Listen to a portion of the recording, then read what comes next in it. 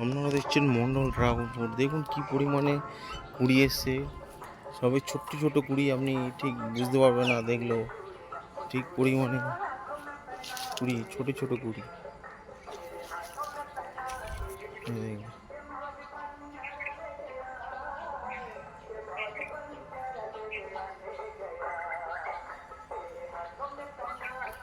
এমনি কুড়ি পুরো অসংখ্য ভরে গেছে।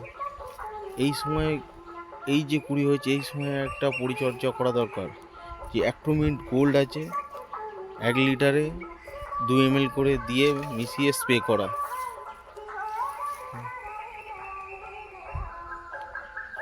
গুরুত্বপূর্ণ কাজ এইটাই।